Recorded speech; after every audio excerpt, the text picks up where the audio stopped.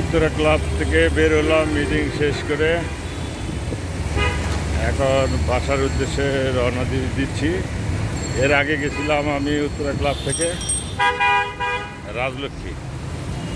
রাজলক্ষ্মী থেকে SM plaza, ওখানে একটু কাজ ছিল, কাজ শেষ করে বাসার উদ্দেশ্যে রওনা দিচ্ছি।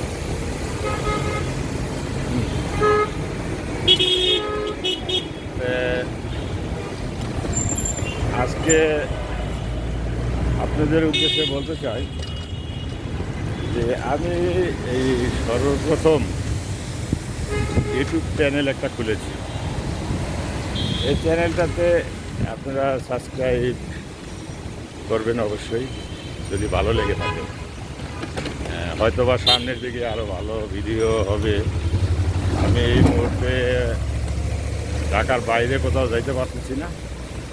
হয়তো রিসেন্টলি আল্লাহর রহমতে ঢাকার বাইরে যাবো, কোথাও যায় ভালো ভালো জায়গা, ভালো ভালো দৃশ্য আপনাদের মাঝে উপহার দেব। আমার জন্য দোয়া করবেন। আমি একটু শারীরিকভাবে অসুস্থ, আল্লাহ যেন আমাকে সুস্থ করে,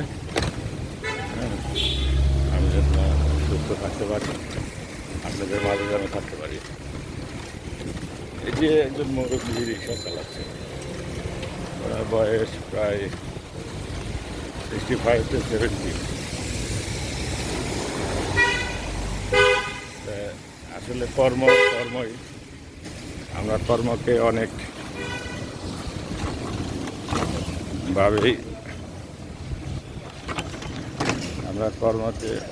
অনেকভাবেই দেখি, যে ছোটো কেউ বড় এইভাবে দেখি।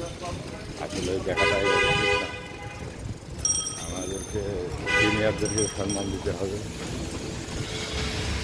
সে রিক্সা চালক হোক, ড্রাইভার হোক, মহিলা হোক, যদি আমার বয়সের অবশ্যই সিনিয়র হয়, তাকে সম্মান দিয়ে কথা বলা হবে, হয়তো আমাদের কাম্য।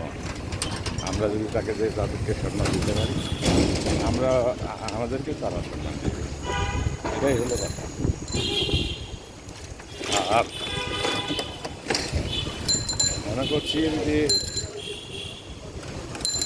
আমি এখন উত্তর 4 নম্বর সেক্টরে, এখানে ওই একটা সামনে স্কুল আছে, পুলিশ ব্যাটালিয়ান, ব্যাটালিয়ান স্কুলটা অনেক ভালো, অনেক ছেলে মেয়ে এখানে পড়ালেখা করে। আজকে এখানে পরীক্ষা হচ্ছে, তাদের সকলের জন্য দোয়া রইল। আপনারা দোয়া করবেন, তারা নতুন প্রজন্ম সামনে ভালো রেজাল্ট যেন করতে পারে, ভালো জায়গায়, ভালো স্কুলে, ভালো কলেজে, ভালো ভার্সিটিতে যেন তারা সামনে প্রিপারেশন নিতে পারে। আমরা সবাই তাদের জন্য দোয়া করব। হয়তো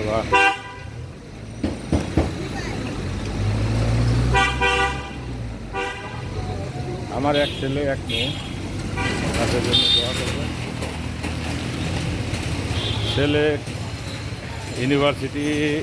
স্পেস ইউনিভার্সিটিতে সেকেন্ড ইয়ারে, মেয়ে এবারে সামনে এসেছি দিবে।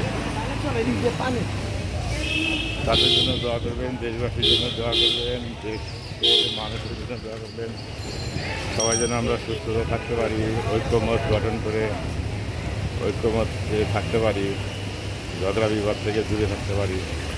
এখন দেখেন ভাইজান, এই যে উত্তরা 1 নম্বর সেক্টরের মাথায় রাস্তায় বৃষ্টি, পানি কাল থেকে জমে আছে। এই যে জমে আছে।